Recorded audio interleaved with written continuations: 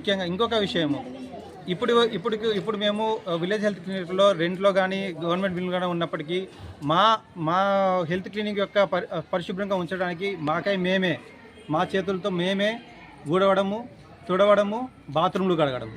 ఏమిటి మేము చేయాల్సిన పనులు ఇవి? మాకు కండక్షన్ వర్క్ ఏర్పాటు చేయలేరా మీరు? అది కూడా మేము గవర్నమెంట్ని అడగడం జరుగుతుంది. ఇటువంటివన్నీ చెప్పుకుంటూ పోతే ఎంతో సమయం పడుతుంది. మా బాధలు వర్ణనాతీతం. వీటన్నిటిని మీరు దయచేసి ప్రభుత్వము గుర్తించి వీటన్నిటిని వీలైనంత వరకు కాదు, అన్నిటినీ ఖచ్చితంగా అన్నిటినీ పరిష్కరించాలని కోరుకుంటున్నాం. ఈ యొక్క భాగంలో మేము ఏ విధంగా ఈ నిరసన కార్యక్రమం ఏదైతే చేపడుతున్నామో లెవెల్ల వైజ్గా, ఎందుకంటే ముందుగా మేము పిహెచ్సిలో మెడికల్ ఆఫీసర్ గారికి, తర్వాత డిఎంహెచ్ఓ గారికి, మొన్న 15వ తేదీగా సిఎఫ్డబ్ల్యూ ఆఫీస్లో కూడా అందరికీ దీని గురించి ఒక